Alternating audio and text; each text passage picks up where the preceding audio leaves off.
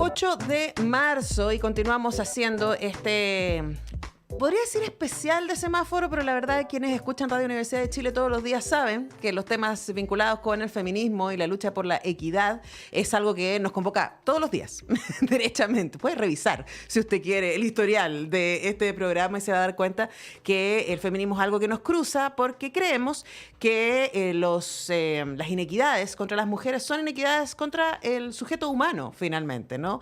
Y que ahí a nadie le conviene. Pareciera que sí, pero no. A la larga, no. Está comprobado a través de múltiples estudios que no hay ninguna sociedad que pueda desarrollarse de manera consistente si no cuenta con toda su población siendo beneficiaria de sus derechos y aportando con sus talentos y con sus imaginarios a el desarrollo de esa sociedad. Así que créannos cuando decimos que la lucha de las mujeres es algo que conviene a toda la sociedad. Pero hablábamos recién con Litia Vivaldi respecto a que hay un tema que tiene que ver con las leyes, hay un tema que tiene que ver con los avances legislativos, con la mirada que puede tener un gobierno como este de pensarse a sí mismo feminista, pero hay otra cosa que es mucho más profunda que tiene que ver con la cultura, con la formación, con la educación y con cómo hombres y mujeres nos pensamos a nosotros mismos y en relación. Y por eso a nosotros nos parece tan notable el trabajo que hace Niñas Valientes, que es una fundación que trabaja con niñas y adolescentes exactamente en el repensar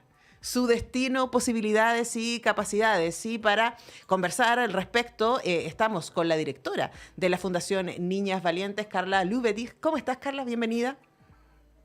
Hola, Antonella. Muy bien. Muchas gracias por la invitación. Bueno, nosotros felices de tenerte y de poder conversar respecto a lo que ustedes hacen, ¿no? Y la metodología de trabajo que ustedes tienen, trabajando con comunidades educativas, con organizaciones, con familias, lo primero que hacen es un diagnóstico. Y me parece que es súper importante partir por ahí, porque no sé si te pasa, Carla, pero a estas alturas hay un montón de gente que dice, pero si ya lo lograron. Y es tan naif, es tan bonito. Uno dice, ay, mira la gente, mira las cosas que piensa. Cuando sabemos que los datos dicen exactamente lo contrario. Insisto, un dato brutal, 53 mujeres asesinadas el año pasado solo en Chile. Hemos logrado cosas, sí, pero estamos muy, muy lejos de poder decir que vivimos en una sociedad equitativa. Luego, en su trabajo como fundación en Niñas Valientes, diagnóstico, ¿cuáles son, ustedes sienten, los tópicos que más se repiten en distintas comunidades educativas y organizaciones? Sí, bueno, así como hay personas que plantean que quizás ya lo logramos, yo diría que también hay una buena parte de la sociedad que muchas veces no visualiza este problema social o lo ve como algo ajeno, ¿cierto? Como que no nos afectara a todas las personas.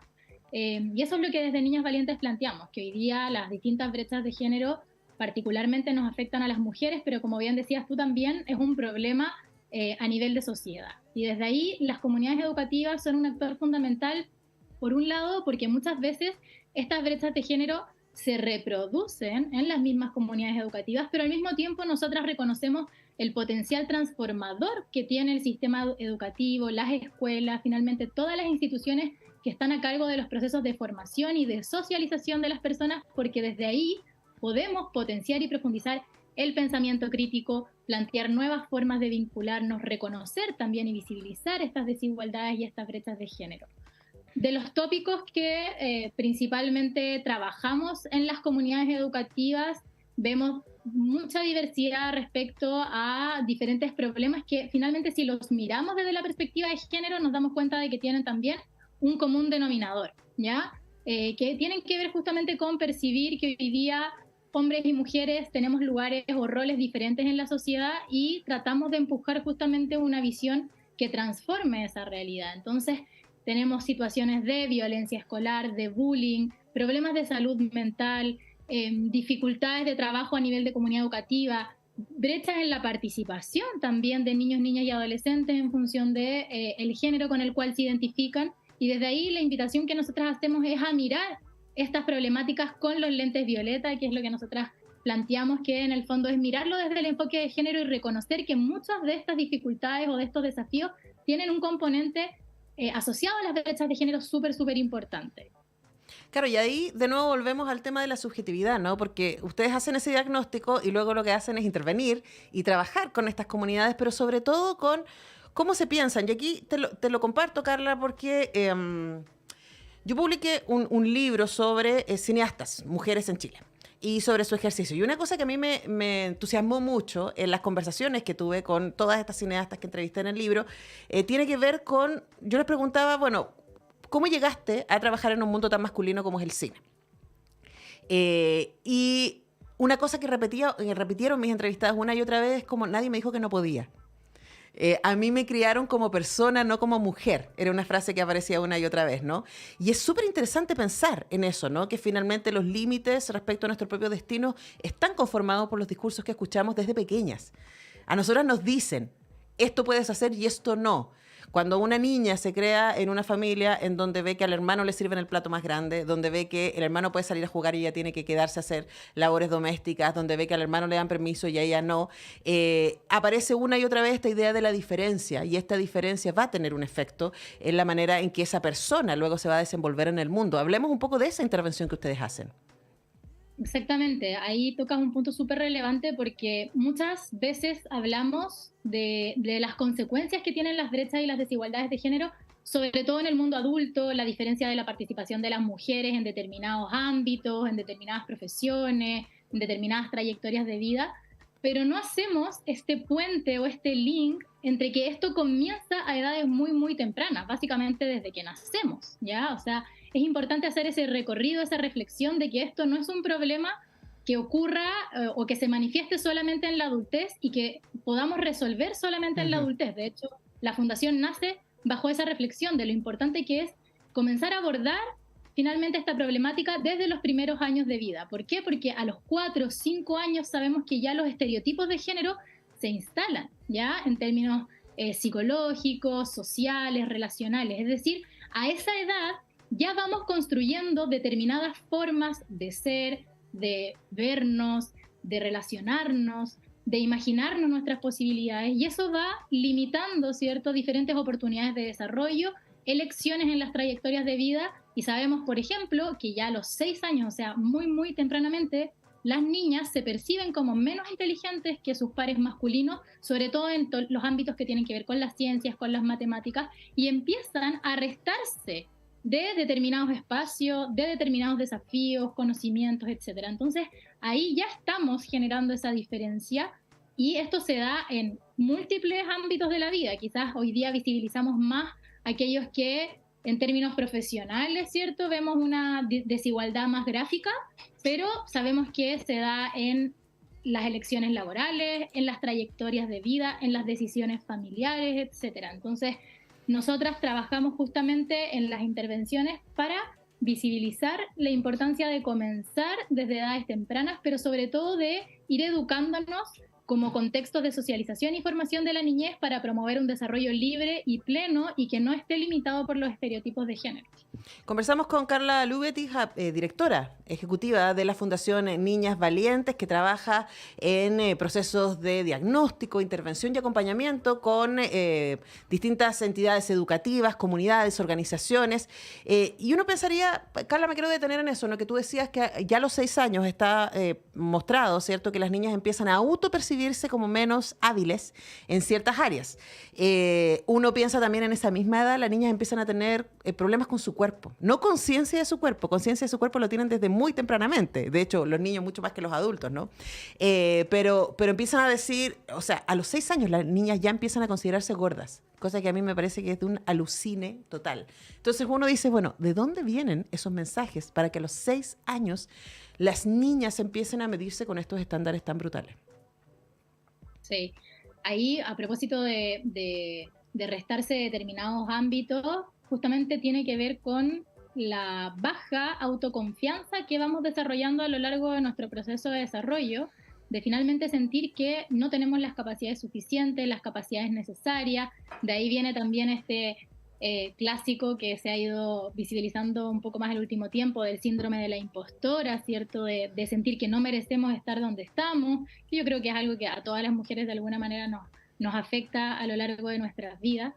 Y eso también tiene mucho que ver con lo que planteas respecto a la autopercepción de los cuerpos, ¿cierto? A el desarrollo o o bajo desarrollo, ¿cierto?, de la autoestima corporal, ¿ya? Y ahí, respecto a cuáles son esos mensajes, yo diría que la sociedad en su conjunto tiene una responsabilidad fundamental, o sea, lo vemos en los medios de comunicación, ¿cierto?, en la publicidad, lo vemos también en las relaciones sociales, lo vemos en la importancia que se le da hoy día en nuestra sociedad a hablar de los cuerpos de otra persona, cómo también determinada forma de cuerpo te afecta o no en tus relaciones sociales, en los espacios en los que puedes participar, ¿cierto? En la manera en la que puedes o no vestirte, verte, y eso desde edades muy, muy tempranas empieza a afectar en el desarrollo de la autoestima de las niñas y adolescentes. Nosotras también es algo que trabajamos directamente en los espacios de trabajo que tenemos con niñas y adolescentes en la fundación, incluso fuera de las comunidades educativas, en un proyecto que es la Red Niñez Valiente, donde ellas también nos van trayendo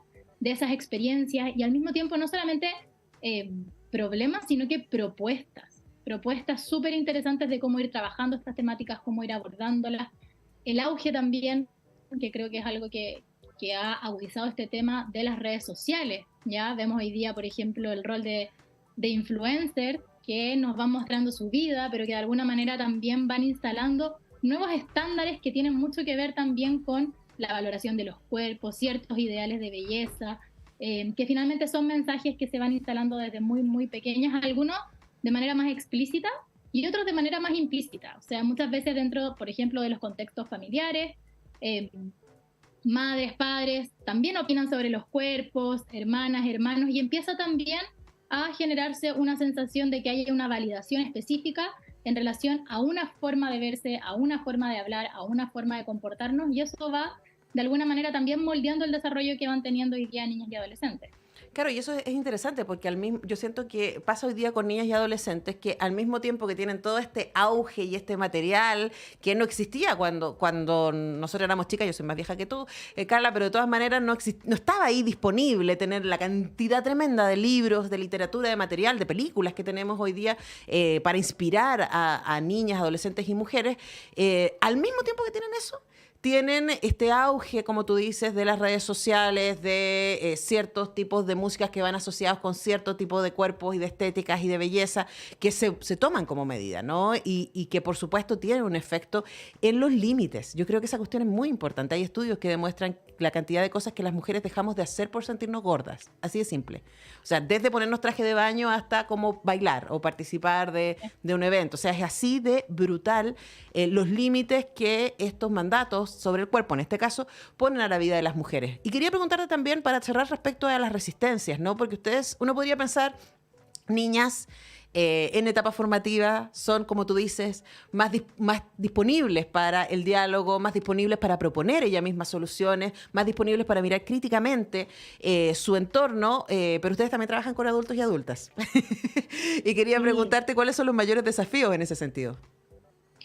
Hay hartos desafíos, pero algo que caracteriza el trabajo que hacemos en la Fundación es también poder empatizar con esas resistencias, en el sentido de que quienes hoy día son adultos y adultas que cumplen un rol educativo, un rol formador, también crecieron en esta sociedad, también crecieron atravesadas y atravesados de estos mensajes y también les afectaron, más o menos, pero de alguna manera también les afectaron todos estos mandatos sociales. Entonces, la invitación que hacemos nosotras cuando trabajamos con adultos y adultas es también a poder conectar con sus propias experiencias, poder visibilizar de qué manera estos mandatos sociales, las normas sociales de género les afectaron. Quizás en algunas experiencias vamos a encontrar consecuencias más visibles, en otras menos visibles, pero no hay ninguna persona, y eso es súper interesante cuando trabajamos con adultos y adultas, no hay ninguna persona que no le haya afectado de alguna manera y que pueda, mirando su historia, reconocer una de esas experiencias. Y tomamos esa experiencia para poder justamente desarrollar